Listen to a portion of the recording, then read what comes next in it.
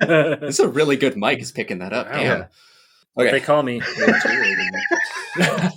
I've hated this joke for all time. I'm never going to get time.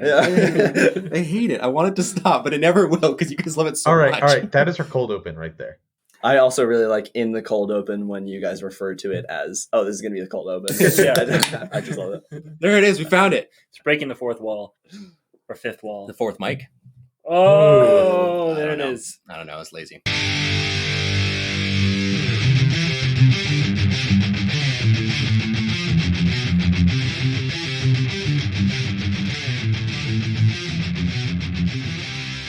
Hello, everyone. Welcome to another episode of Not Your Father's Movies. I'm Vito. I'm Mike. I'm Jesse, and we are the Dad Fathers coming at you with some big baby energy, along with a guest that we have on today. Hello, I'm Dom. What's up, Dom? Friend of the show, Dom. Long-time listener. I believe I've listened to every single released episode at the time of this recording. Wow. Nice. Yeah. Got a super fan. Cool. I'm a super fan. It is actually part of my weekly routine. How I'm very does it sad feel when to they be- miss a day or something?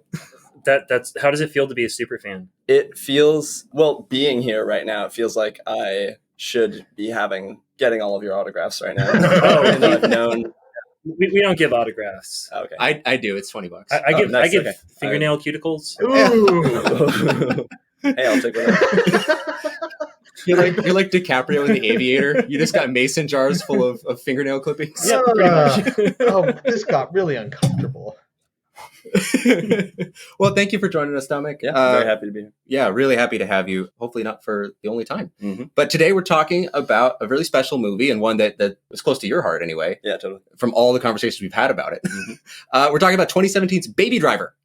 It's Baby Driver, everybody. This in our third episode, I don't know, of our Misfits, Outcasts, and Loners Who can series. count? We're picking this one. And we'll discuss why in the episode, and maybe you'll see why we made the pick. But anyway, Baby Driver from 2017 comes to you.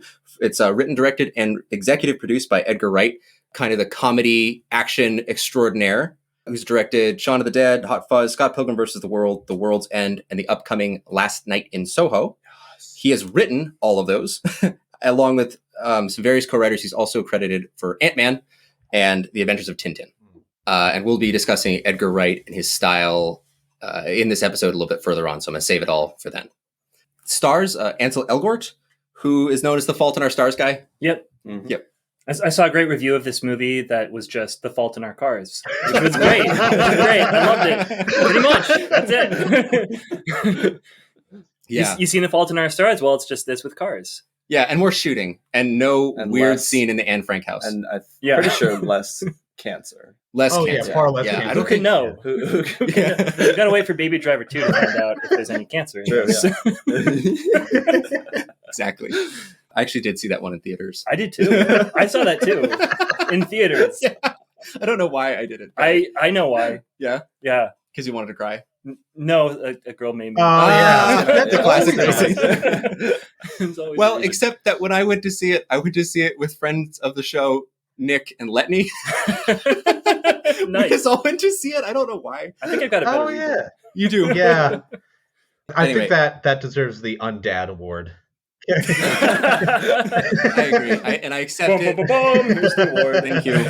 It's just poop. That's all it is. Don't ask me where I got this. I just washed my hands. That's why they're wet. No other reason. No other reason. Okay, but he's also in those Divergent movies. You guys remember the Divergent series? Oh yeah, that's never, right. never got into that. Never saw it. I never saw him, but I forgot about I them. saw two of them, and it's so strange. It's a weird artifact that there's never going to be a third one. It's just an uncompleted stopped story. it. Really? just No, stopped they did the third one, but they didn't They release. did do the first one. Yeah. half, right? First half of the third one. Yeah. Oh, What? So interesting. the big finale never happened. Yeah. So that'd be like if they just released Mockingjay Part 1 and never got Yeah. around to doing Part 2. Yeah. Oh, it was basically like a knockoff of the Hunger Games, For sure. right? Pretty That's much. what always struck me. That's why I never saw it. I was like, I've seen the Hunger Games. Do I want to see a second Hunger Games, but not Hunger Games? Not, yeah. Oh, Yeah. Absolutely not. yeah, The Hunger Games is already a stretch for me. yeah. But I was going through like a really big fan of, I'm a big fan of Shailene Woodley, which is probably why I went to go see The Fault in Our Stars and why I Oh, also saw okay. Divergent. Nice. Because I saw her in The Descendants and I really loved her in The Descendants and she's Yeah, just never yeah. done anything that was that good again. But it didn't stop me from watching So- like the next 6 movies she was in. Anyway, so he's also in the upcoming West Side Story, which, if the pandemic had not happened, would already have been out and we would have already all have seen it. And it probably would have already won like Best Picture or whatever. Pretty much. And like 1 million Oscars. Exactly. Yeah. Exactly. In another universe, it has. And next up on our cast list, weirdly, second build is Jon Bernthal. Yeah, how does he get number 2? He's in the movie for, I think, 7 minutes. Just to be an asshole. Yeah. That's all he does. He's just an asshole. And then later, bigger, better assholes come along. But he's second build to be the third best asshole in the movie. Yes, that's the correct ranking of the assholes. Good job, Jesse. Yeah. I do love his last line, though. You don't see me again? It's because I'm dead. And he just That's leaves. great. I guess he's dead. I guess he's dead. That's what you're supposed to get. Yeah, I think he just died. Yeah. Walked out with a bag of money. And died. Right into a grave. Great. But we know him from Ford v Ferrari, The Walking Dead, Fury, and obviously for being the Punisher. The Punisher. Maybe he went off to be the Punisher. Also, he was Shane in The Walking Dead. Fantastic. Yeah. Shane of The Walking Really Dead. great. Really great. Probably my those favorite really, character. really good early seasons. Yeah. Yeah. Back when things really felt like tense. Yeah. And then it didn't go on for 10 more years. Yeah. We'll have to have a Walking Dead discussion at some point. Jesse, I know you have a lot of feelings about it. I have a lot of a lot of feelings. Tense feelings at first. Mediocre feelings in the middle. I never saw the last few seasons. Will that be the spin-off podcast, Not Your Father's TV Shows? Yeah. Not Your Father's Dead.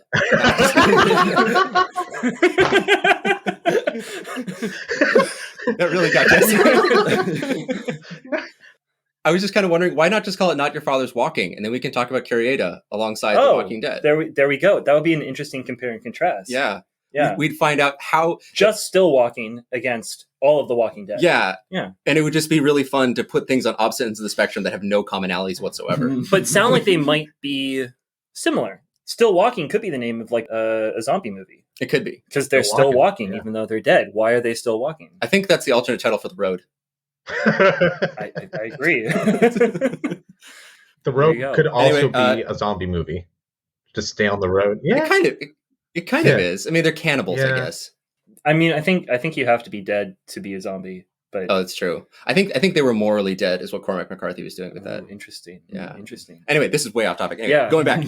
Next up, we've got Jon Hamm, who's in a ton of stuff, but I think the two that are best known is probably The Town and Mad Men, right? Yeah. He's That's fantastic. funny. Then we have Isaac. All right. What? Haven't seen Mad Men, and I vaguely remember The Town, but I've seen Jon Hamm in so many movies. I'm always just like, oh, it's this guy. I've seen this guy. He's like the classic, like secret dad actor who's in so many things.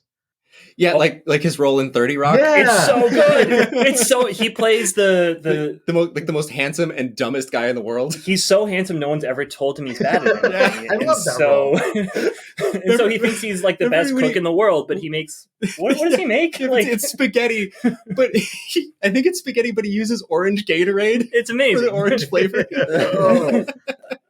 He's a doctor and all of his patients die on the table. It's great. In later episodes, he loses both hands. Remember, and he has two hook hands. Right. It's so good. It's so good. Underrated comedic actor, Oh, yeah. for sure. Oh yeah, it's awesome how open to things he is, because he's just like someone comes to him and is like, "Hey, we want you to do this thing." He's like, "I would love to do that thing. That sounds like a blast." Yep. It's really cool He's like a because comedy. he's Sure. huge. He's huge. Like Mad Men was huge, and He's still cool. he's still a name, you know. Oh yeah, And he's really unafraid. Isn't he the grand cult leader in the Unbreakable Kimmy Schmidt?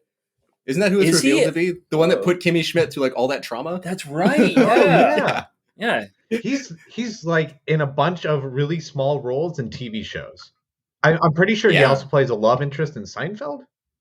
No. Doesn't he? That far back? Too old. Or, I don't know. The first Google time the first time I remember seeing him, he was in While You Were Sleeping. I think he's Ming. Isn't Whoa, he in that really? one? Am I Yeah, he's imagining been another around Are you dude? thinking- forever. Like Are you thinking of Bill Pullman? No. Am I? Did I get them confused? I don't know. You know, I'm just going to say I'm not, and that he was in the 90s. I I'm don't not remember gonna Jon look this up. Hamm. I'm not going to look this up. before, Jon Hamm was before in Mad every Men, movie I've ever but- seen. He's definitely working on it. That's for sure. Scroll faster. He's definitely not in Seinfeld. Scroll faster. He's not. You're in scrolling Seinfeld. too slow. He's not in Seinfeld. I'm already in the 2010s. Okay. Where were we? Let's get back Oh, on no, track. okay. We were talking Yeah, about yeah. Jon Hamm. And then we're going to move We were on. talking about Jon Hamm. And now we're going to talk about Isa Gonzalez, who plays Darling in this. And she's fantastic. She has a really bright future ahead of her because she's fantastic in Alita Battle Angel. She's really good in Fast and Furious Presents Hobbs and Shaw. And she's really carving out the space to be the badass female action hero or villain in whatever she can be in. Like she's in that From Dusk Till Dawn TV show. Whoa, really? Yeah, she's playing the kind of the Selma Hayek role in that one. Yeah, there's a TV show. It's weird. That is weird. But I think that she's one to look out for. Then we got Lily James, everybody. Love Lily James. Back on the pod, Lily James. Lily James from Cinderella. She's wonderful. She's also in she's really busy. Yeah. She's in like 2 movies a year. Yeah. But from last year she was in Rebecca. She was in Yesterday, which I think one of us really likes. Who was that? Was that you? Did you really like Yesterday? I've never seen it. No, I didn't really. I mean, it was fine. Okay. Like it was a good date night movie. Nice. But are we going to do it someday? No. Okay. Cool. Good to know. No. I mean, if you want to, but no. I don't. Not from my end. I don't want to. No. Yeah. Because we'd spend the entire podcast talking about what else would be different if the Beatles didn't exist. Which we could do for 2 hours, but I don't think anyone really wants to hear that. It would just sit be in a your long room list. and look at a wall and think about it. Yeah. That's our podcast on Yesterday. Yeah. You do it yourself. You do the work. yourself. You're welcome. She's also known for Downton Abbey and Mamma Mia, Here We Go Again. And finally, we have to talk about this man, Kevin Spacey. So Kevin Spacey is a monster. And has been widely seen as he plays himself in this movie. It was a very interesting choice for him. I thought that he did a better role as himself in Seven, or a better role as himself, or House of Cards, or The Usual Suspects. You know, he's just really good at being a monster, and we're gonna kind of leave it at that. That conversation is for different podcasts, and other people who know more have talked about it better. But also, I really liked him in this movie. He's so great. It really sucks when someone horrible is good at their job. Yeah. He also, he delivers my favorite joke in the entire movie. Oh, yeah. Which is when he's talking to Bats and he says, "It's over, Leon." Yeah, that was so good. Leon. Your name only has 4 letters. Or what? And there's that one part where he's monologuing to somebody and drawing like an entire diagram, and then finally he backs up and is just like, I just fucking drew that while I can't remember monologue while we were yapping. While we were yapping. I'm incredible. Yeah. And then the last couple people that I wanted to mention who are kind of in the background, but Edgar Wright was very intentional in casting them. He wanted to cast as many musicians and put them in the movie as he could. So we have Sky Ferreira, who plays the mom. She's a singer-songwriter, actually fairly famous. We got Flea playing Eddie No-Nose, formerly Eddie the Nose. What happened? Don't ask. And he is I think he's the drummer for Red Hot Chili Peppers. Yeah. Yeah. Yep. But also an actor in his own right. He's in a bunch of stuff because he's really weird looking. And he's another one of those dudes who's just like open for anything too. Like Flea shows up. He's cool. He shows up for anything. But we also got Big Boy and Killer Mike, who are talking to Kevin Spacey in the restaurant, the Bacchanalia. And we have Paul Williams, everybody. The writer of The Rainbow Connection plays the gun dealer. The butcher. The butcher. The tiny little Englishman. Yeah. It was really, when he showed up, I'm like, wow, he's really small. That's the first thought I had. So weird. Especially next to the other dude. Yeah. Like all those beefy guys wearing all their bulletproof vests and stuff. Yeah. But I just really wanted to shout him out. That man broke our hearts in the Muppet movie. He's just totally off the wall all the time. Also, he goes on for the most longest running joke in this 2-minute scene of him just talking about guns and weapons as different parts of a pig. It goes on for so long, way longer than it has to. It's like, dude, you can drop it. We all know you're talking about grenades. We're seeing the grenade, okay? We see it. It's clearly not bacon or sausages. You're not really hiding anything by talking about it in other ways, buddy. Yeah. It's all there. And then lastly, we got to talk a little bit about Jamie Foxx. Right? Jamie Foxx, fantastic Jamie Foxx. Oh, yeah. Academy Award winning. Did he win for Ray? He did. He did win for Ray. Yeah, much like his character, he doesn't really need much of an introduction. Yeah. We all know who he is. Yeah. Jamie Foxx. And he's incredible in this. He's really good. He brings there's something some wonderful zany energy that is lacking in a lot of other characters and comes out later in some. But man, he just brings it every scene. You never quite know what he's going to do. I love it. He's literally batshit crazy. Oh yeah. Yep. And he's really scary. He like Jon Hamm has a different kind of scariness. Like what you're saying, there's an insanity to bats. And there are moments where you really feel, when they're all in the diner, where you feel that tension just ramping up because you don't know, like, is he going to shoot somebody right now? Yeah. I don't know. Yeah. Yeah. Fantastic. Oh, I don't know if you noticed, but in the very end, the courtroom interpreter is voiced by famed director Walter Hill. Walter Hill, who is credited as a producer and I think as a writer on the Alien franchise, and also is a legendary action director in his own right, doing everything from Streets of Fire and The Warriors and The Driver, which this movie borrows from a lot. But it's really cool that Edgar Wright is able to like bring in his idols into his own movie to make it really, really clear that he knows exactly what he's doing and he's not stealing. He's trying to evolve on the form. We'll talk about that more. This movie was nominated for 3 Academy Awards for editing, sound mixing, and sound editing, and lost all of them to Dunkirk. Ew. Yeah. I really like Dunkirk, but no, this movie deserves to have won that. Yeah. Yeah, it's a tough beat. But I think Dunkirk was just riding a wave that swept it all the way back to England. That's a bad joke. Yeah. It's a bad was joke. it a joke? Yeah. I just now realized that was a joke. Yeah. Bummer, guys. Pity laugh. Sorry. I'm sorry, everyone. Okay. Who wants to start us off on our first impressions? I mean, Who wants to take it? Dominic as a guest? Or Jesse? I'll go because I have the least extensive first impressions. I saw this movie. I heard it was supposed to be really fun, and it was really fun. It was a great time. I love Edgar Wright. I grew up watching like the Cornetto trilogy, so to see him do something that was quite a bit different, that wasn't Scott Pilgrim, which I never really got into, to see like this, which was like a nonstop driving movie. When was the last time that there was like this sort of driving constantly to this sort of music? It was amazing. Like that, I'd never seen a soundtrack, or I guess there are musicals that have like soundtrack beats like this, right? But this isn't a musical. This is an action movie with songs that were clearly written, with scenes that were clearly written for the songs that are playing. It's so meticulously filmed. I had such a great time. Yeah, I've always loved this movie since I first saw it. You know what? I'll go next because Jesse, that's my impressions of it as well. I saw it a couple of years ago, and it was just fun. It's just so much fun. Like you're laughing, you're crying, you're driving, whatever. Like, and the soundtrack is amazing. It's the best soundtrack ever to drive to itself. Like I put it on today while I was driving. I was sitting in traffic. It did not feel right. I felt like I needed to figure out a way around it, but I didn't. New ride. Come on, let's go. I didn't go full baby. So much fun. Yeah, meticulously crafted, dude. It's so incredible.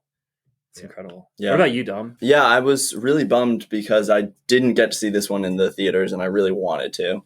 I had never seen anything by Edgar Wright except for Tintin and Ant-Man, which he wrote but didn't direct. Mm-hmm. So I was vaguely aware of him. I really wanted to see the movie.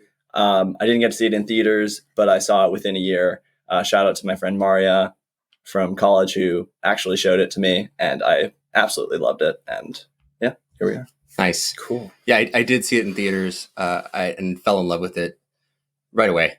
And I pre-ordered it, I think, right when I walked out of the theater, and I paid like the exorbitant $35 to get it and waited months and months to receive it. Mm-hmm. Remember that? Remember when you had to wait forever? Like when a movie left a theater? Yeah. I remember that, but it feels like a thing of the past. Because we can just watch the movie that comes out now, or we could go to the theater, but it's like, I'm home. I'll just watch it here. Yeah. But I mean, couldn't you do that back then too? Like, wasn't it Google Play, Rent, stuff? Not right away. Not literally like same day or even within 6 weeks. That's usually. fair. That's fair. That's just what your friends told you who like to pirate tons of things. We're like, oh no, Mike, it's actually legal. Ooh, you break the law. They gave it to me legally. Ignorance is no excuse. Piracy is not a victimless crime, Mike. For more information on how piracy affects the economy, you wouldn't download a Jeep. I really love this. I love Edgar Wright so much. He's just one of the most exciting, consistent filmmakers that's out there. And I've loved every one of his movies. I think the only one I'm not as big a fan of is Shaun of the Dead. Oh yeah, I think it's really good. I just don't think it's up to the level of anything else that he's done. Huh. That's just my general feelings on it. Maybe we'll do an episode on it someday. Yeah, I hope we do. I'd love to do the Cornetto trilogy. We have to. Yeah. Yeah. We'll just do it as a trilogy. Yeah. If you guys want that next, let us know, because I really want to watch it again.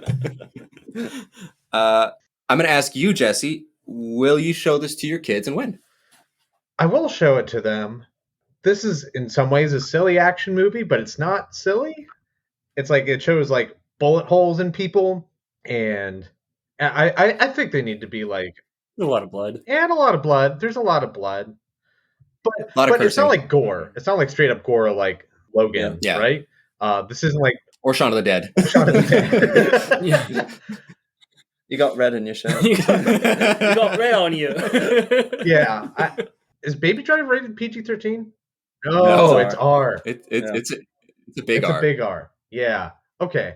I mean, just think about Jon Hamm and Isa Gonzalez just like totally going at it in every scene they're in too.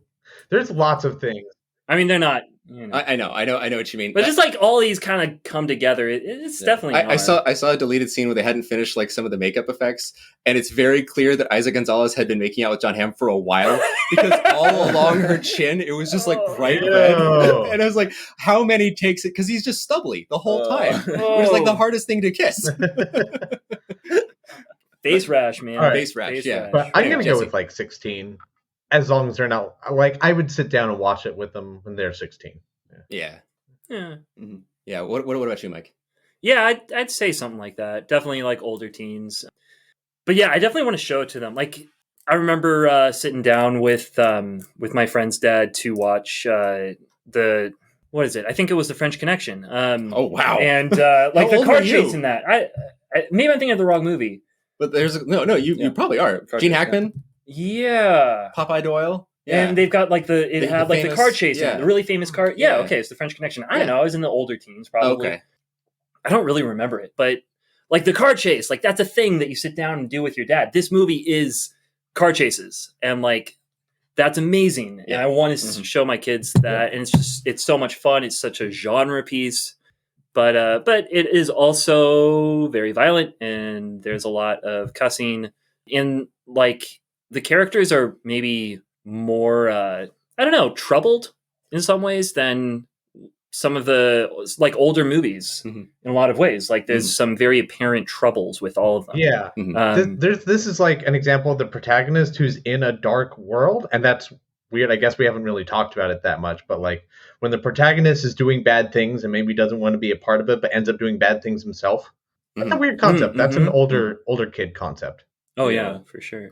Yeah. What about you, Dom? Yeah, no, I'm absolutely going to show this to my kids. And I guess I'm just thinking for when probably I would base it on the kinds of movies that I was watching and that I was really enjoying at that time period. So obviously it depends on like, each kid, but I'd say probably around like 14 or 15. And I didn't get to see this movie. I haven't gotten to see this movie with my dad, but I really, really want to. But yeah, just based on, that's sort of when I started watching more adult movies with my dad. So yeah, probably 14 or 15. Cool.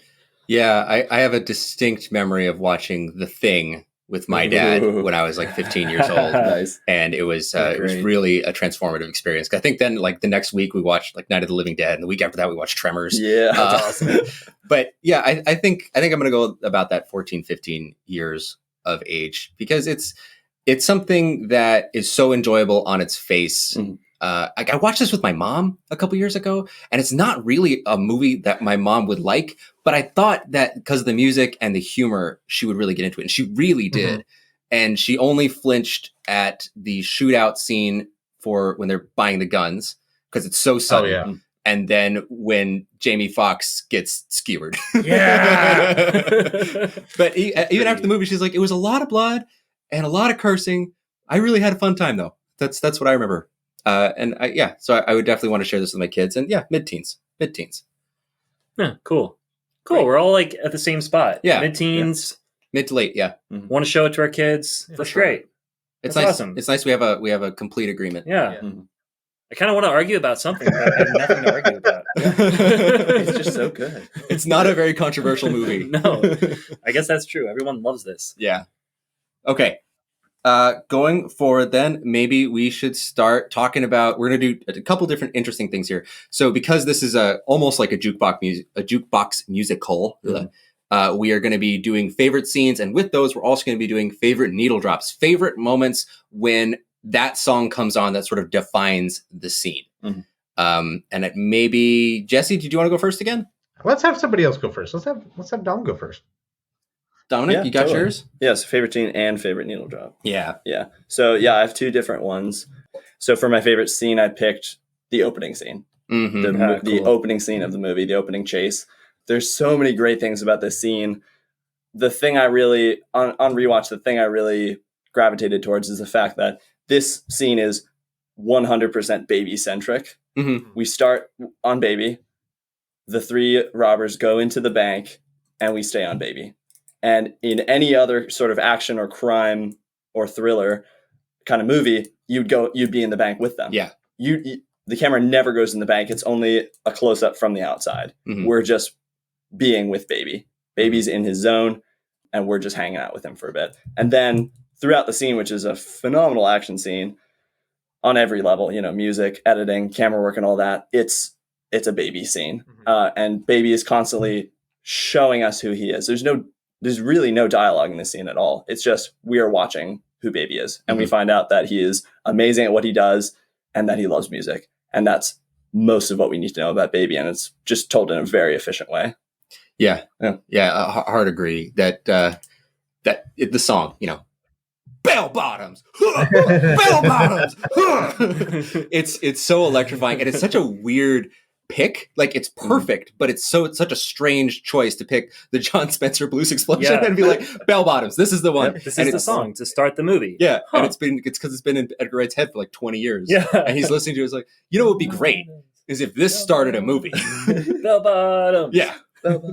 It's what a great scene. I've actually seen that scene the most times because when I've told people about Baby Driver and wanted to get them interested in it, I would just queue up that scene. Yeah. And it's long, but it doesn't feel that way. And every person I've ever showed it to is just eyes glued to the screen, can't stop, want to know what happens next. And right when they pull out, it feels like Edgar Wright almost takes a bow when it pulls up with Baby Driver on the building. He's like, "Yes, I did it. That's right. Here you are." Yeah, and it's back to it being all about Baby. We're constantly seeing Baby do things that are unexpected, and that especially right from the bat when John Bernthal gets in the front seat and points forward, Baby goes back. He's constantly doing things that make everyone else go, "Whoa, whoa, whoa!" He just does it. Yeah. So he's no hesitation, supreme confidence in his ability. Absolutely. Yeah. Wow. Yeah. That's my favorite scene. My favorite needle drop is, I have a combo on this one because they are the same scene and they're right after one another. This would be Intermission by Blur and Hocus Pocus by Focus. Hocus Pocus by Focus. Hocus Pocus by Focus. So this is the scene this is the big one where everything goes down. And I love the use of those two songs in this scene because for Intermission, it's kind of creepy, but also really cool. So it really fits the sort of manic energy of, crazy energy of that scene really well, where Baby's just sitting in the car waiting. And he sees the woman coming. Yeah. And you just feel as the music builds, the scene builds. And it's just, to be clear, this is the scene, it all goes down the post office scene. Yes. Where the post office scene begins through wherever. Just to be, for the listeners. Yeah, and so the windshield wipers in time with the music, and it's just this weird piano, and then the electric guitar comes in, and it's just that's kind of weird. I like that. Yeah, and then right after, the big, it starts off as just a chase scene on foot, and it's Hocus Pocus by Focus, which is a really good song, but it's also really weird. It's really bizarre. There's a jazz flute solo. Yeah. There's like one section. There's one section where it's just whistling and accordion. Yeah. And then there's there's no words. There's just yodeling. Yeah. And it's so weird, but it's such a good song. And it just makes that scene really feel unique and really exciting. Yeah. Yeah. I love the yodels. That song.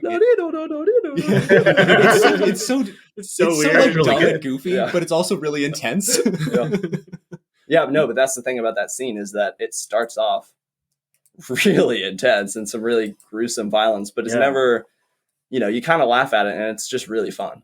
It's so enjoyable. I cheered. Yeah. I cheered when Jamie Foxx is skewered by all the rebar. Yeah. I was like, yeah, he's gone. It's intensely satisfying. Okay, you. Okay, yeah. Those are great scenes. I love both of those scenes. And I was figuring that someone would choose both of them. So I chose something different. So I might, if you hadn't said them, I might have said those two. But I think, my favorite needle drop has got to be the tequila. Like the scene, the shootout, man. Like the shootout is just amazing. Like I've seen songs punctuated by bullets before. Mm-hmm. I've never seen them do this. And this, honestly, like this scene doesn't even really feel like it belongs in this movie in a lot of ways. Like it's kind of like we're going into a whole different universe, or maybe we're just digging deeper into how dark this universe actually is. Yeah. And that's kind of what the movie as a whole is doing, is like, hey, we've got this really beautiful veneer of like cool bad guys and cool jackets doing cool things. We've got this underworld and all this stuff, but we're like digging deeper into that. I'm like, this is actually a really brutal universe, but it's also like still doing the thing where you've got kind of like the weird offbeat bad guys, like the Butcher and everything. And then like this incredible shootout where they just like take out all of these guys who are selling guns because Jamie Foxx is crazy. He's bats. He's bats. Bats is bats. And it's just so cool. And I love seeing, ba ba ba ba ba ba. Yeah, right in time. And it ends with Jamie Foxx being like, tequila, right, with the music. So it's like he's had the song in his head playing the whole time, and he's been doing the same thing, like as Baby's been doing. Like Baby rolls out of the way of the guns in time to the music. It's very well done. Like this entire movie. Yeah, I'm just gonna jump in and say this is also my favorite needle drop. It's nice. It doesn't even like quite belong. Like every other song, you're just like, that's an unexpected choice, but I see how that fits in this scene. But this song is like, this is like tequila, right? This is a fun song, and this is the goriest scene of the movie. It's so gory. There's like close-up headshots. Yeah, there's everything. It's wild. Yeah, they blow up a car with a grenade with a guy inside. Actually, this scene almost tricks me into thinking that it wasn't really that gory, but then always looking back, I'm like, that was pretty bad.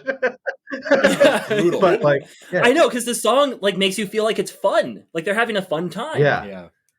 Yeah, like they're all on vacation, right? I also like the intimation too that it's a weird character choice from Jamie Foxx, but it just shows how committed he is. That Bats used to smoke, because like he pretends to numerous times in the movie. And you are wondering like, there's not enough smoking for like a crime movie, but he's kind of making it clear like I used to and I stopped for some reason. Which is really sounds like Bats too. It's just the weirdest thing he could do is pretend to smoke when he used to smoke and not continue to. Well, it's like with all the characters, it's this weird zag where you kind of expect something, but then they have like this backstory of being kind of normal people doing really horrible things, which makes it worse that they're doing it. But it's still really fun. It's weird. Like Jon Hamm being a stockbroker.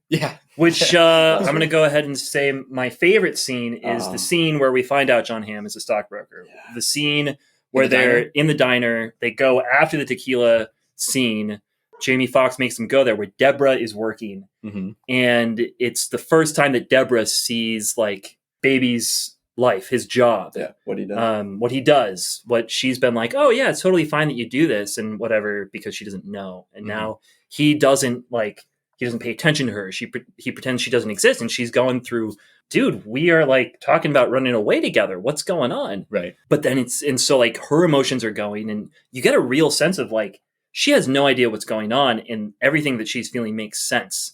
And it's horrible that she's feeling this way, but it's even more horrible that she could die at any moment here because of any of these people other than Baby. Right. Like, Jamie Foxx is the obvious, choice for the killer, but Jon Hamm or Isa could also be the one, know? And then like sitting in the little booth is just so tense between them all. And Baby's stuck in the corner. And Bats is guarding, is like between him and Deborah. And they're just sitting there. And it's, I'm a sucker for the intense conversation scene, like the mano-y-mano trying to beat each other with words, which will eventually play out in deaths at some point. You know that there's going to be a confrontation. Right. It's the pre-confrontation. Yeah.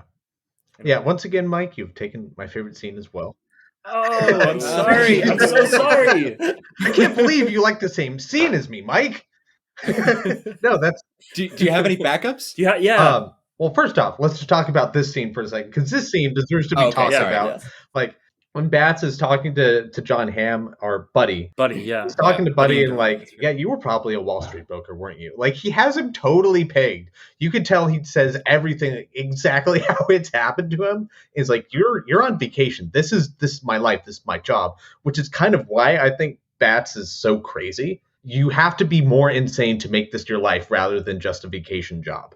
And then that's when Darling just like, she gets her really scary monologue too, where she's just like, when Buddy sees red, you'll see nothing but black. And you're looking at his face and you're like, oh man, you had that deep inner rage that I didn't know you had until right now. And you could probably be more scary than Bats is. And everybody suddenly becomes super terrifying. You suddenly have like, not just 4 friends, which you can kind of think they all are when they walk in, to 3 people that all want to kill each other and maybe everybody else in the room. Mm-hmm. Yeah. And have that ability to. Yeah. Like you wouldn't question it. Yeah. We've seen them in action. We know they're really dangerous. Like that line, when Buddy sees red, you'll see nothing but black. That line would be stupid and not work if the cut to Jon Hamm's face wasn't so intense. Dude, His eyes are not moving. Yeah, that close-up is kind of cool because his face tells you that everything that Bats has said about him is true. Mm-hmm. And that what Darling has just said about him is true. Like, and it's just stony rage. That's all that's happening, but it also does convey all that. And with a lesser actor, I think that both of those would just fall flat. The reaction would be bad. Yeah. And that's just the only reaction to make you believe this about Buddy and Darling. Yeah. Yeah. I think it also sets up the differences between Bats and Buddy as well, because in some ways it's like, oh, you got the 2 bad guys. Why do you have 2? You could just have 1. But they're very different bad guys because Jon Hamm is extremely emotional. He has no restraint on his emotions at all, I think. And that's what makes him such a dangerous bad guy. Yeah. His emotions are wild, but Bats is like actually kind of crazy. Yeah. And he's not exactly angry. He is chaos. Yeah. That's what he is, which is, I think, partly like why he's the guy who gets stabbed through with the rebar. It's a chaotic action that's absolutely unexpected, right? Yeah. Like that's how he dies. Whereas, Buddy, he has to go out in like this massively emotional sort of blaze of glory. Yeah. It's they get the perfect ends for the characters that are set up in this scene, which is really cool. And it's funny, you would kind of expect Bats to be like the more emotional one, but he's the one who basically says emotion will destroy you. Yeah, he's very calm and controlled, even when he's nuts. Like when they catch Baby trying to sneak out, and he has the tape and everything. Yeah, he's not mad. At no point is he angry. He's no. like, oh, so we're just gonna take care of this then. Like, I'm just gonna kill you, I guess. Like, this isn't a big deal. Well, with JD, like it's like he lives by rules. Mm-hmm. He lives by specific rules where it's like, hey, if you leave your gun, you're gonna die. Yep. That makes absolutely no sense. Yeah. Like none at all in the real world. But that's what true insanity is. It has like actual rules that are just. You left behind evidence that could be traced back to somebody in your gang, and this is his life. He can't have the cops enter his life. That's true. The one thing he hates the most in the world is cops. Yeah. That is a fair point. Not cool, JD. Not cool. Oh, I just have one last thing to say about that scene that I think is really cool. It kind of ties into what you guys were saying about how this is the scene where you really see how volatile each person is and how they're so ready to kill each other. Because leading up to this, we're kind of like, oh, this is kind of a buddy flick. Like these are buddy robbers. Like they're friends in a way. Like we've got all these different characters and it's cool. It's like a lineup, a team. And even the tequila scene almost builds that up more because they do such a good job of fighting with each other. Mm-hmm. But then this scene, you see this and you think back to the tequila scene, and that's not really the case. They're not really fighting with each other. They're fighting, but you see like Buddy and Darling, they're doing some cool stuff. Mm-hmm. And like they save each other at different points, but it's like, it's because you are the person, you're the hinge point on this job that we're going to do. That's it. The only reason why any of us is taking care of each other is because we have a job. Yeah. And we want the money. Yeah. And as soon as we get that, you're going to die. Like we're going to go at it, which I thought was really cool. The way it completely shattered that expectation and that sort of idea. the whole movie. It's kind of a linchpin, I think. Yeah, and that's what Darling says too to Buddy, because she wants Buddy to kill bats. Yeah. She says, "Not before the job's silly." Yeah. Come on, we have work to do. Yeah, that's right. Yeah. Yeah, that's great. Yeah. The money. Yeah. So Jesse, do you have a runner-up scene here? Since I stole your two I do. two fave. So one of the scenes that I unexpectedly really like is the laundromat scene. That's a great scene. Yeah. It's like their relationship, Baby and Deborah's relationship, is so weird. It happens so quickly. Yeah. And this is the only real scene where we see them together interacting that's not the diner. They show like some real chemistry there. You find out that they're both basically just wanting to get out and wanting to live life. You find out that she has like the same goals that he does, and it's amazing. And then their chemistry... Their chemistry is off the wall. It's electric. Natural they are. It's amazing. This is probably like one of my favorite on-screen couples, just because like they look so good together and they gel so well together because their personalities are surprisingly so similar. Even though he is far more strange than she is, she somehow appears normal, but still has like all the same qualities that he does in a lot of ways. At least same aspirations. Same aspirations. Yeah. Yeah, and I love that the thrum of that song, and you see their two heels, tapping, but then you also see the dryers are also in time. It's a perfect bit where they're sitting back to back, sharing the earbud, so you get that beautiful under the seat shot. And it's also really great. There's a deleted scene where they're actually were dancing in the laundromat. It's too romantic.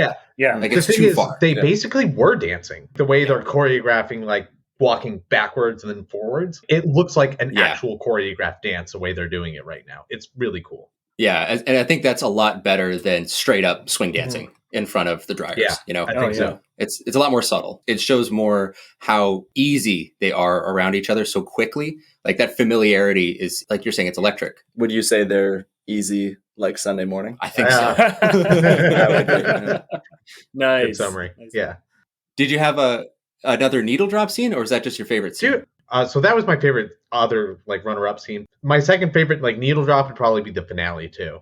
The finale is so great. I've never anticipated that song used as a finale drop piece, but it works really, really well. What, Jesse? Just for our listeners, what is the song? It's Brighton Rock. Brighton Rock by Brighton Queen. Rock by That's right. And he just blares it over the police car, right? Yeah, the loudspeaker. And the entire it's like the final boss fight happens to that song, and it works really, really well. It's great. It's so unique because that song is it's a really bizarre song. Yeah. It moves in strange patterns, and it's really great how he wrote the scene to include those weird dips and offshoots, and it feels really natural that that's happening, even though there's just that bit where they're all hiding, and that's when the doom doom doom doom doom doom doom doom doom is way down. Yeah. And then it shoots back up, and that's when your action shoots all the way up again. And it never feels too long or too short, anything that happens, even when you're focusing on the song and how it works with the scene. I think it's a masterstroke. It's a great drop. Fantastic finale. Yeah. That was going to be one of mine, but I think I'm going to pick Never Gonna Give You Up by Barry White. That's my favorite. I think that's my favorite one, besides for the finale, is when they're at the diner. Because that's where you really see how Buddy is so much scarier than Bats. Is this a favorite needle drop? Yeah. Okay. Just because it's the, like, Tequila's weird, but this one is so weird. Because it's fucking Barry White. And it's Buddy sitting there, and he's got the one earphone in, and he's narrating, he's lip syncing to the song, and then actually sings it to both Baby and Deborah, and is like, yeah, I'm never going to give you up. I'm never going to quit. And you're like, this, I am genuinely frightened. It's so wild, man. Yeah. It's so cool. And then when he's unveiled, like in that scene you're mentioning, Jesse, in the end fight, he's unveiled as like this almost like creature of the darkness, like lit up with bright red LEDs. He looks like he's from hell. Yeah. like a demon sent to get them. And he can't be killed. Yeah. He's got a real Terminator aspect to him. Yeah. They have to shoot him in the knee and hit him with a crowbar and kick him off the top of a parking garage and into a burning car. Blow up. And then blow up the car. And now you're like, he's been immolated. We're safe. But my favorite. That scene is so great, though. Yeah. I mean, the diner scene, or the last diner scene. Last diner scene. The tension is just so strong there. Mm-hmm. And it's the emotion. Everyone's emotions are just so like, they're realistic. Like this is how it would feel to be this way. Yeah. You know, and Also, Baby does a few weird things in that one. First off, he doesn't lie about the fact that Deborah is the person that he loves. Yeah. And then he pulls a gun and shoots him. He shoots Buddy. Yep. It's wild. Yeah. Like he's listening to I'm Never Gonna Give You Up because he's never gonna give Deborah up, and he's going to dedicate his life to her starting now. Yeah. I think he pretty much says he loves her because he realizes that Jon Hamm already knows it doesn't matter. Yeah. You know, this is going to play out regardless of what he says. Yeah. Yeah. You know, he could say anything and the same thing would happen. And also, but choosing the truth does something. It could push it forward, because if he says no, then Jon Hamm's like, all right, you're not going to care. Boom, she's dead. Mhm. Right? Like that's what's going to happen. But either way, he's going to shoot her. He's going to shoot her, but saying yes gives him more but time. also he gets to tell her because he hasn't told her. That's true. Yeah. Oh, Yeah. And she's like taken aback and kind of shocked and is like, he loves me? And you can see it in her eyes. And just like what a terrible day for her. just a whiplash of emotions. And a terrible job. Yeah. Like this is the worst job that anyone has ever had. Poe's Diner sucks. It's really horrible. Also, yeah, she was also expecting to run away with Baby the night before that, and that didn't happen, and he didn't say anything. And then shows up, and this guy's got a gun, and he says he loves her. Like, yeah. And she's just going with it. It's like she's filling in the blanks. She understands. That's really cool. She loves Baby. Also, worst cops in the world.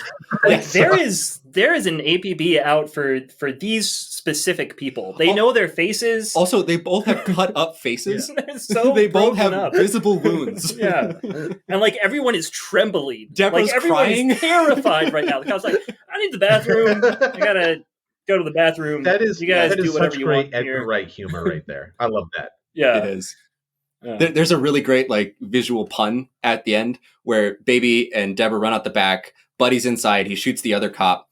The new cops show up. The waitress is outside screaming, "He shot a guy!" And there's like, "Who?" And she points back, "Him!" And right as she points back, it's not at Baby, but at this other cop that's coming around the corner. It's actively funny, but then you're like, that's actually really brilliant. You had to set that joke up. Yeah, that was not an easy joke to do or even think there of. are tons of little jokes, like even the finale in the car chase scene or whatever, like when Baby's driving backwards and then there's like the little camera showing you like the behind the car and it says, please check your surroundings at all times, and he's just staring forward. That's great. There was a cool thing in the special features about that car. I guess that particular Mercedes, it's like S550 or something. Oh yeah, I'm not a car guy, but they were talking about how difficult it was, and they're like, Edgar Wright picked it because it was the right look. But he said the one thing that car doesn't want to do. This is the guy who made the driving sequence possible and built the cars. It's like the one thing that car doesn't want to do is drift. That thing is just drifting. He said it doesn't want to. He said it took us hundreds of man hours to undo hundreds of millions of dollars of engineering work that were specifically designed to make that car not do what we needed it to do. That's amazing. And like the stress and exhaustion on his face when he tells this story, just like, so you spent like 14 hours a day for 4 months trying to make this happen, right? Wow. And it works so well. Yeah. It works so well. The finished product, you'd never know. But I'm gonna agree though. My favorite scene is that finale. That is just in the theater. I was actively shaking because of how exciting. And the stakes have never been higher, you know? This is it. This is go for broke. You're either walking out of here alive or you're not walking at all. The stakes are real. Like, you think that the characters could die. Yeah. Like, it's very possible at the end of this movie that they all die. Yes. Yeah, I thought Baby would, or Deborah would, or somebody would. Well, somebody. A lot of people do. A lot of people. Most people die, except for them. But it's the one person you really wanted to die. Yeah. You know? Yeah. And he makes the fight, the struggle between them so intense. I really love that. I love it when the climactic battle feels like a climactic battle. Mm-hmm. It's not cheap at all. No. Yeah. It's definitely like an earned death. Yeah. You know, which is great. Yeah. Beautiful. It is almost strange that he's like the final boss, though. That he's the main. That he's the main guy. You would think it would be Doc. Yeah. At first, you think it's going to be Doc. Then you think, oh, it's going to be Bats for sure. It's gonna be Bats, yeah. And then Bats dies so fast. And then you think maybe it's going to be this crazy couple. No, it's just Buddy. Yeah. I was thinking about that a little bit. I was thinking about like, why is it Buddy? Why is Buddy like the main bad guy here? In the end, he's the main bad guy. Surprise! I've got a couple thoughts. Well, it's never like all great Scooby-Doo episodes. It's never the guy you think it is, Yeah. but it's also not the guy you think least did it. Yeah, It's always the guy you second least suspected, as Dwight from The Office would say. exactly. Yeah.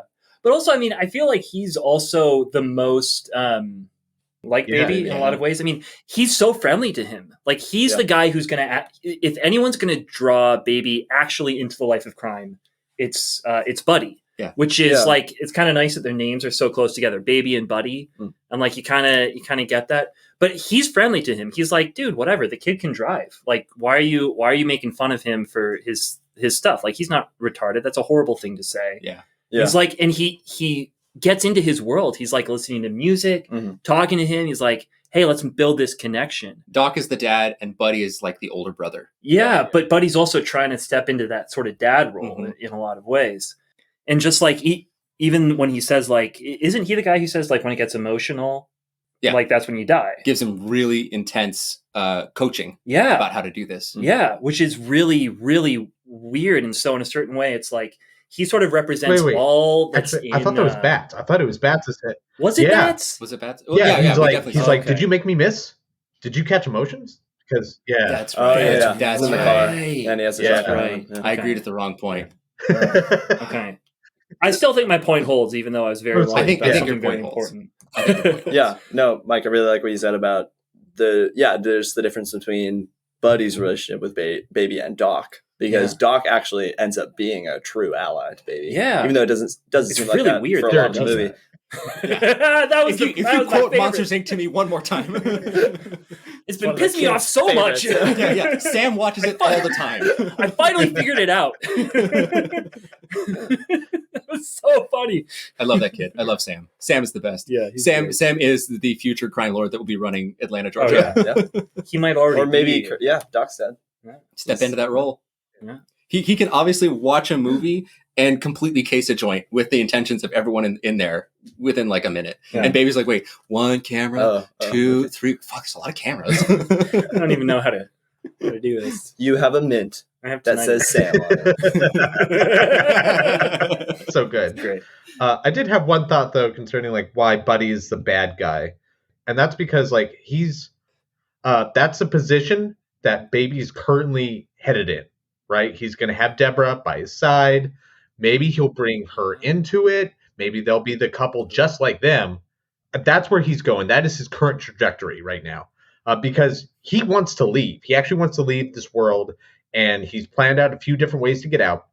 And it hasn't been panning out. And you realize that unless everybody dies, he's probably going to stay there. So Buddy being like the big bad guy is like almost metaphorical, right? It's symbolizing like Baby. This is Baby overcoming the path that he was going down and killing it. Yeah.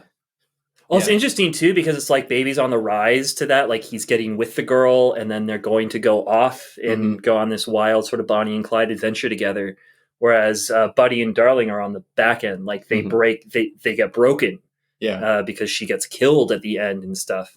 And so it's almost like he's giving like Buddy and Darling are giving Baby this image of like where this path leads. I think there's an interesting getting into the kind of the character of Baby. There's an interesting through line that you see with everyone. Everyone is in this for 2 reasons in the crime world that we see. They're in it for the money or for their addictions. And Baby has no addictions except for possibly music and has no interest in money almost at all. Like he just stacks it away and doesn't do much with it. He feels a little disappointed when he's driving for Goodfellas Pizza that it's not as much, but he does kind of listen to his foster father. And when he says, hey, at least you only have to wash your hands once after making this money. Yeah.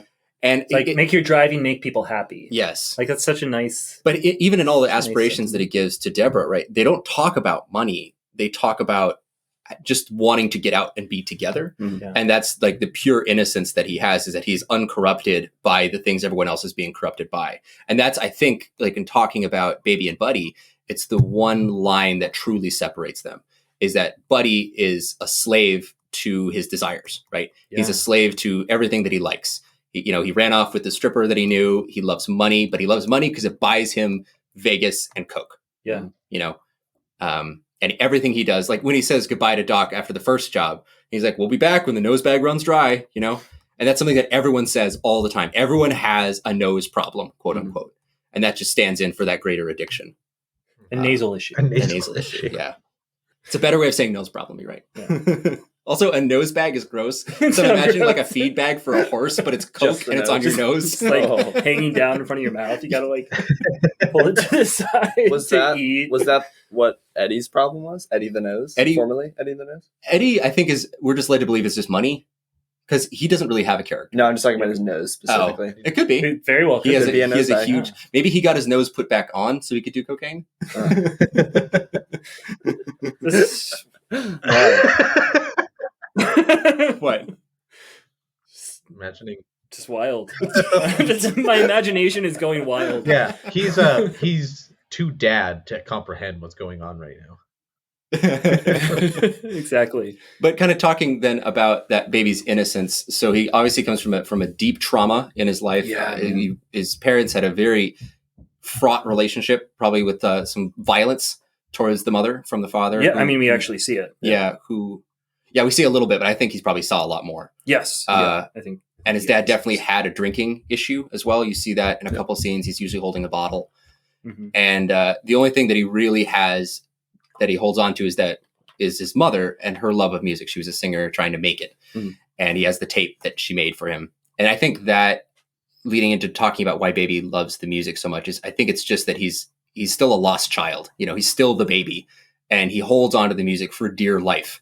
It's the only thing that kind of reminds him of his past. And so when it's stripped away from him, it's almost like a forced maturation that he can't experience it in the same way because he's moving into a new life with Deborah. And he can still touch the speaker and he gets something from it, just like his foster father. Yeah.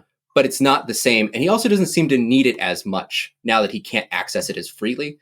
Like when he's in prison, he has no music at all. And when he gets out, there's the promise of the girl and the open road and the car and the music there too. But it seems like he's taken a step away. What do you guys think? Yeah, well, I think, let's talk a little bit about that ending scene too. Because it's interesting. So you're taking from it that is like almost like he's maturing and this is a good thing? Is that kind of... I think he's letting go of some of that trauma. Yeah. Yeah, the music seems like a little bit of a crutch. It seems like his cocaine. That's his addiction. That's what's getting him through everything because it's not just... I don't think him listening to songs is just a reminder of the past. It's also to drown it out. Because every time he's standing tinnitus by himself, he's always reflecting on the accident or something really painful in the past. And then he immediately changes the song to get his mind off of it. I think that's what happens almost every time. I don't think he's learned how to process it. He's still like a baby in that way. He hasn't made the big boy decision yet. He's just kind of been going through life and using music to drown out the tinnitus, drowned out, which is, I think, also symbolizes the past. The tremors and terrors of the past. The hum and the drum. Well, isn't it also maybe I'm reading into it, but wasn't it also kind of caused by the fact that he was listening to music in the accident on his earphones? I don't know. The actual tinnitus. Yeah, the tinnitus. Yeah, was caused by the accident. Yeah, I think they just say that. Yeah. I mean, I don't know if they point to. I mean, I could see it, but maybe that might be a connection I'm making. I don't know. I don't think that listening to loud music is good for tinnitus. So I don't know if any of the real rules about this stuff apply. So I don't know. Not. I wonder what Barbara Streisand has to say about that. Yeah. I would like to know what the correlation between running into the back of a truck with your car and having tinnitus afterwards is. Yeah. But is it only going to be those who are listening to... I don't know. Yeah. Either way, it definitely... Yeah, I definitely agree. It is a factor, whatever, of his trauma from the past and something he's using that's both keeping him there and is something that he's using to avoid whatever he needs to do to get past it. Yeah. Right. And that's what that prison scene, I think, is very instrumental for. Yeah. Well... I think Jon Hamm shooting his right by his ears and taking his most important thing away is really important for it. That's part of that's what I meant when I said forced maturation. Gotcha. Because he is forcing him to not have that crutch anymore. Yeah. And he means it just as a punitive action, but the way it functions is ripping the candy away from the baby, right? Yeah. Mhm. Yeah, that makes sense. I don't know if I think he's happy though. Like, okay, so like the very end scene, he walks out of the prison and Deborah's there with the awesome car. Is that real? Yeah. You think it's real? Oh, for sure. Oh, there's definitely mixed opinions on it from the actual actors themselves. Yeah. I think for Ansel sure. I mean, there's Elgort Baby thinks it's Driver not too, real. so he's gonna get out, Yeah. maybe. But I never read it as a dream sequence because it's in color, and the car is different, and the costume is different from the previous dream sequence where it was in black and white. that's true. That is true. But I didn't read it that way the first time I saw it. But the second time, this past time I saw it, it definitely seemed less obvious or less certain to me that this was actually happening. Because like, how's she gonna get a car? How's she gonna get this car? This is an expensive car, and he's in 25 to life, right? Like, No, he's in 25, but he has a parole after 5 years. okay, yeah, And because everyone spoke so favorably of him at his trial, he's I gonna think get out in a couple that he gets years, out. Yeah, because probably. it's just like, he wasn't really dangerous. He was forced into it. He did illegal things, but he's not a dangerous person. Yeah, And he clearly was being productive in prison, as we see. Yeah, he's washing those cop cars. He's mopping that floor. Gosh, he mops that floor. oh yeah. I like him being the He's passing middleman. along the package, The laundry. the laundry. I like that It's, like, because there. yeah, you don't need him for that action. you know, you just need the two guys. Like, Yeah, um, I'm not certain though that Okay. that it is. And I mean, like, have no I don't know. proofs. His face is so like it's impassive that it's hard he was in to. prison for 5 years, and he's Well, dead. just all the time. He's just naturally kind of an impassive faced person. He does a lot with the very little motions going on with his face as an actor. Yeah. Ansel Elgort. Elgort. There we go. But he's so impassive in jail. Like, he is not happy. Yeah, that's the point of Yeah. jail. But I mean, like, so with going to jail being like the image of him like maturing and growing up. Well, no, that image is where he has to like deal with the trauma. He has to deal with the trauma of everything in there. Yeah. He doesn't have music. He doesn't really have his hearing. Yeah. He doesn't have his friends. He's in a correctional institution being rehabilitated. Yeah. Yeah. And that's for also, sure. he was I don't know. only ever happy with either Deborah or with music before, and he doesn't have either, so he's not going to be very happy in prison. Or his dad. Yeah. Yeah. Foster Father. Yeah. But also, speaking to the ending scene, though, like that does build on the scene that we see earlier that is in black and white, in which he's wearing like this like polo, and it's like everything in that scene feels in the earlier flashback, like dream sequence, black and white and stuff, where Lily James is waiting for him at the car. It feels very unreal. It feels like a fantasy. It feels like a dream. Everything they're wearing, the car itself, feels too fantastic. And this scene at the end almost feels that way. Only he's wearing just a plain white tee, and Right. and then it shifts from black and white to color with a literal rainbow on the horizon. Yeah. I have that in my notes. A literal rainbow. Yeah. Actually. and at the end of the rainbow is the car. Yeah. Yeah. Which, I mean, again, like, It's Edgar Wright stuff. visually, it's Edgar Wright, so you don't know. Like, visually, like, You do. if it was someone else, you'd be like, I don't know if this is real. But with Edgar Wright, you're like, well, I this think could be Edgar Wright is a real. very definite filmmaker. I'm going to come down hard and say, like, it absolutely, just because of the fact that there was an earlier dream sequence and everything is different now, every single part of the dream sequence is different from what is shown in the end. Yeah. The car, everything. Yeah. And everything is a little bit less fantastic, too, because in the dream sequence, she's wearing, like, a long dress that goes down to, like, mid, like, shin. And in this one, it's a little bit shorter. It's a little cheaper looking. Yeah. The car is less grand, less long, And smaller. he doesn't look as good either. Yeah. Exactly. Everything is toned down a bit, but it is the closest in reality that you can come to dreams coming true for Baby. That's interesting. Yeah. I don't know. I mean, I don't think I'm going to say definitely. I think it is. I definitely see your points. I think that it could also be like it's just that the dream has now become a lot more real, and it is something that might very well happen in the future, but I don't know if it's happening now. That's maybe more what it is. I don't think it's happening when he's imagining it. I think that is an imagination. I'm actually going to go hard and say I think that is his imagination. I guess There we'll we have go. to wait. But we're gonna agree to Baby disagree. Driver 2. Baby Driver and it'll 2. answer Yeah, all of Baby our Driver 2. questions. When he gets out of jail, and Well, he's already out of jail, I'm saying.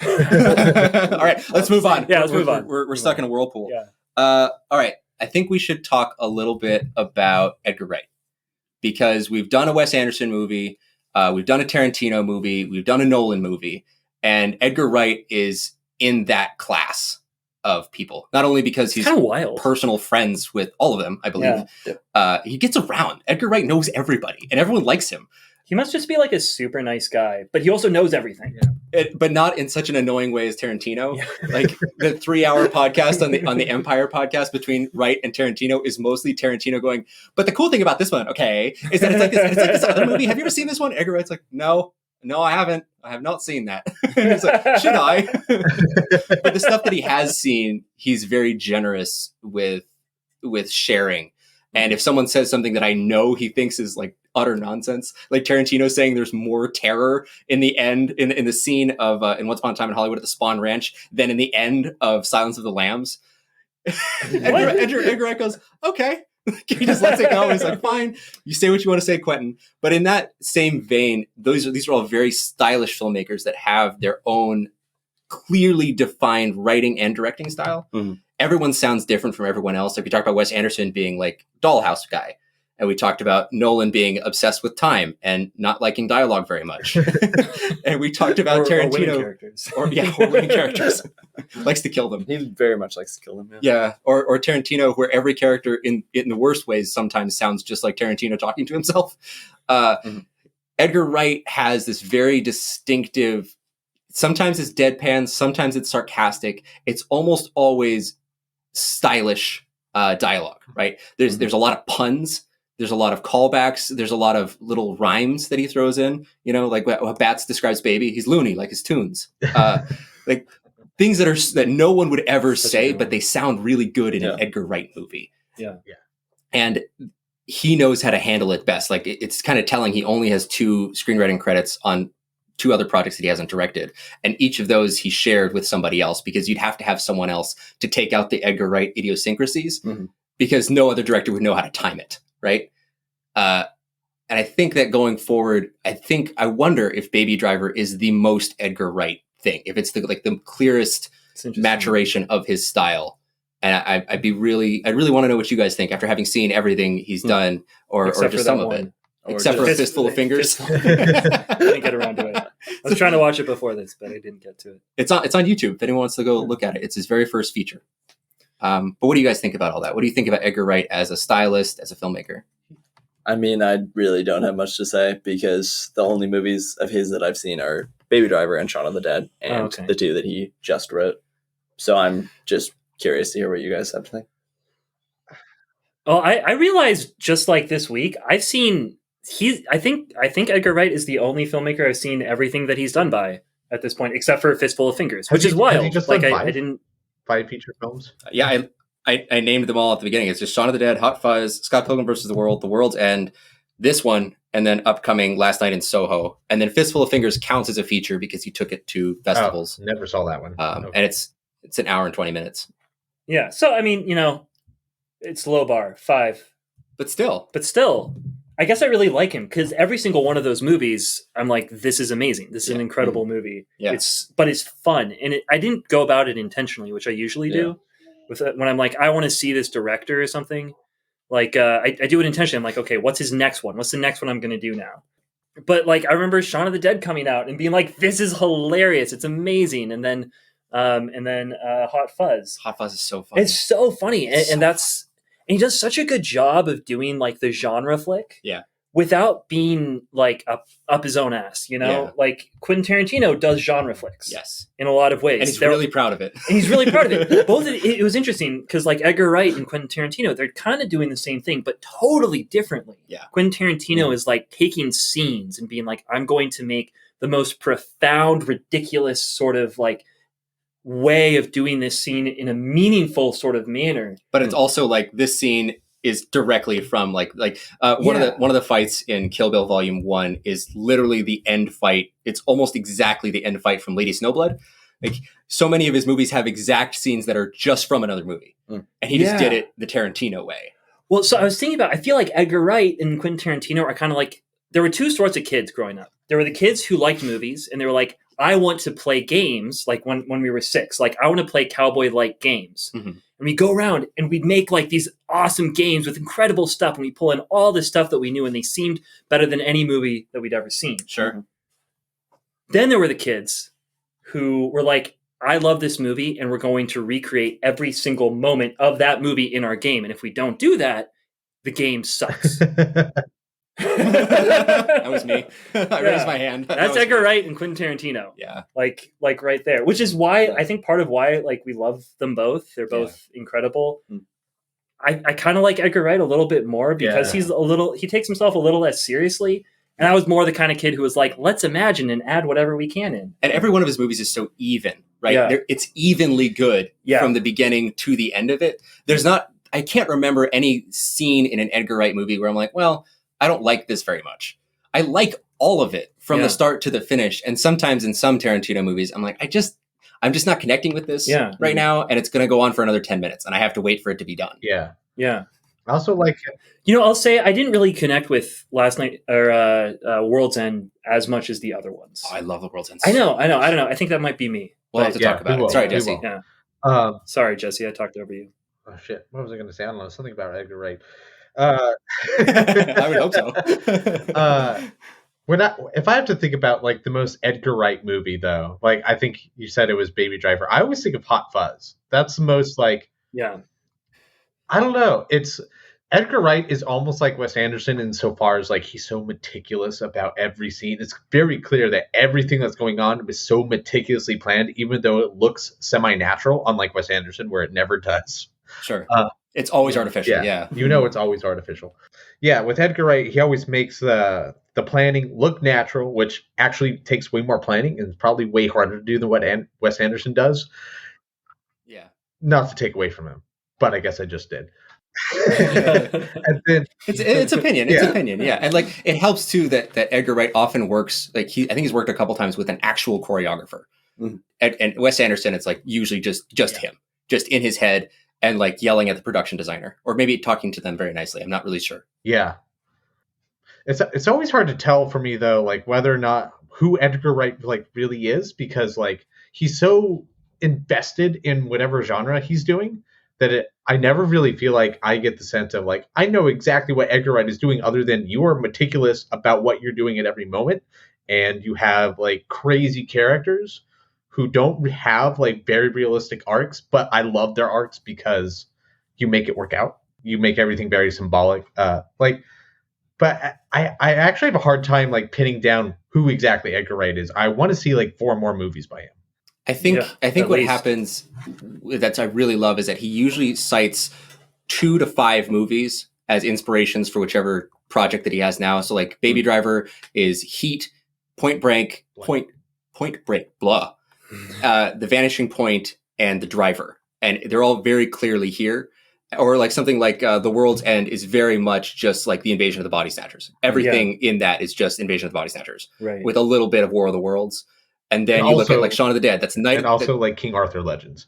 Yeah, a little bit. Yeah, and then like Shaun of the Dead is just straight up like Night of the Living Dead and Dawn of the Dead, right? The Romero stuff, and Hot Fuzz is just Point Break and Bad Boys, you know? Yeah, it's so fun. And then his next one, Last Night in Soho, is going to be Don't Look Now and Repulsion.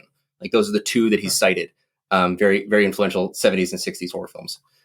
I agree with you. I want to see more stuff because I haven't really felt like I've gotten the personal Edgar Wright movie yet.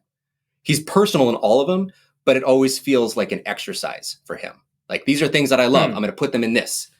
And I haven't seen the one where he's just straight up, just himself, you know. But anyway, okay, maybe moving on. I think that's all I got.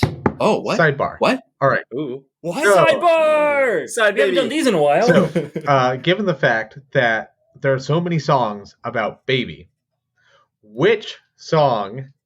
All right, I'm not going to ask which one has the most, but let's do with you 3. Pick a song where they reference Baby the most. And we'll see who wins. Hit me, baby, one more time.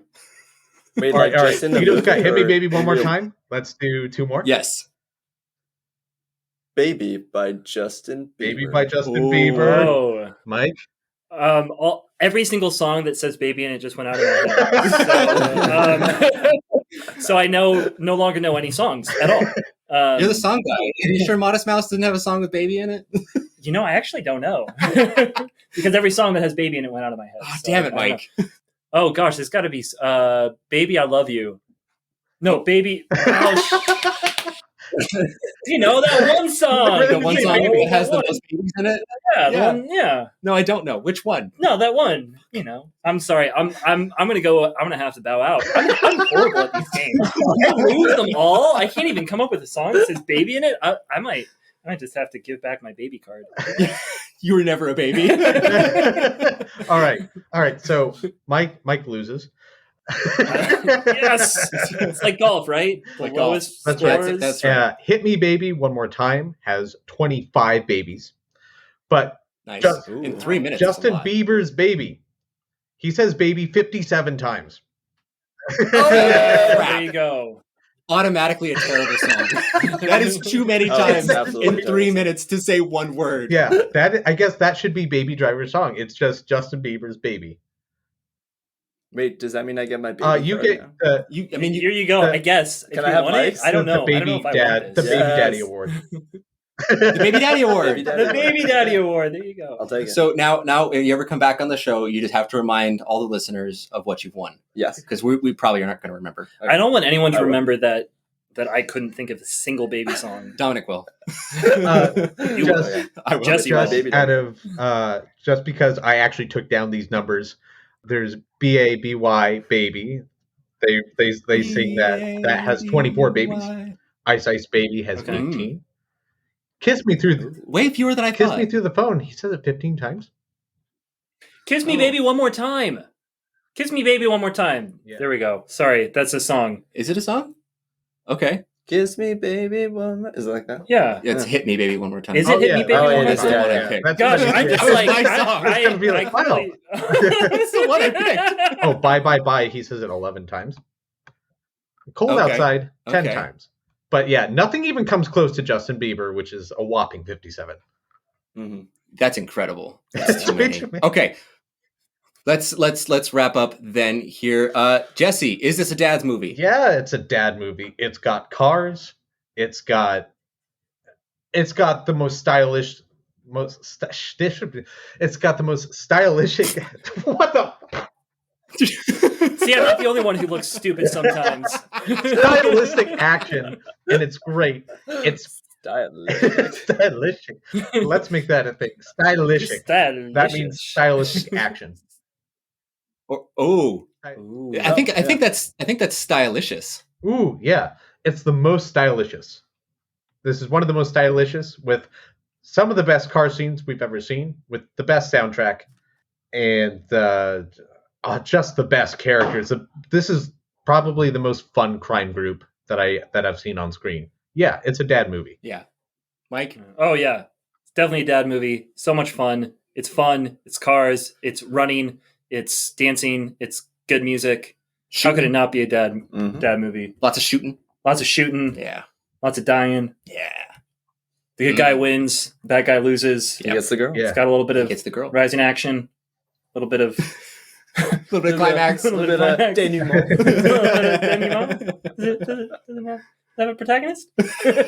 Oh, the Stewie Bryan bit? Yeah. Don, what about you? Is this a dad movie? It's absolutely a dad movie, Yeah. and I have nothing to add to add on to what you guys have said, except to say that my dad has actually played Hocus Pocus by Focus for me, and he was like, Whoa. "No one else knows this song," and I just went, "I know it. It's in Baby Driver." He's like, "Come on." Now everyone else knows Hocus Pocus by Focus. Yes. And also, really importantly, I'm going to say it's a dad movie because it actually uses Radar Love by Golden Earring in a scene where they drive a car, and every time someone's listening to the radio in a movie, Radar Love by Golden Earring has to play. It's just the rules. It's the best driving song. It just has to be there at some point. It's the best one. Very good. It's in the movie. It's a dad movie. I love it. This is really fun, guys. This is a blast. Yeah. All Can't right. wait to drive off into the sunset crazily, Playing Justin Bieber's Baby. but well. Oh. Baby. That's my killer track. All right. For Not Your Father's Movies, I'm Vito. I'm I'm Jesse. Mike. And I'm Dom. Good night.